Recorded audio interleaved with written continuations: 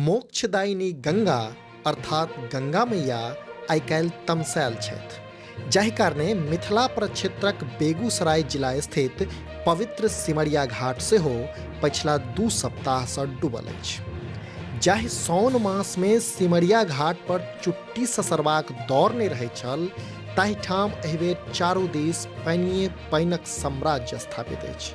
फलतः एक दिस श्रद्धालुक संख्या में एहिबेर भारी कमी देखल जा रहल अछि, तो ओतहि दोसर दिस गंगा स्नान आ मृतक के अंतिम संस्कार करय में सेहो दिक्कत के सामना करय पड़ि रहल अछि। गंगा नदीक जलस्तर में ततेक ने वृद्धि भेलैक अछि जे घाट पर रहल दुकान सब में पानि घुसि गेल अछि आ गली सब में नाव चलैत देखल जा रहल अछि, जे भयान दृश्य अपने लोकनि एखन स्क्रीन पर सेहो देख रहलहुँ अछि।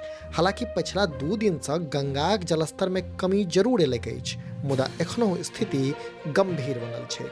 अपने लोकनि देखैत रहू समधिया.com।